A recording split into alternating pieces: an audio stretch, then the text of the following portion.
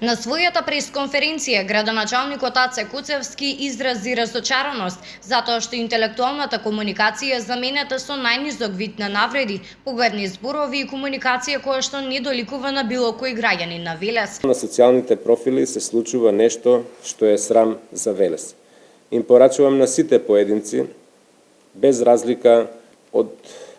какви мотиви ја навредуваат општината, градоначалникот и советот на општината, дека со секоја навреда што ја пласираат, се навредуваат самите себе си и сите граѓани, затоа што општина Велес им припаѓа на сите.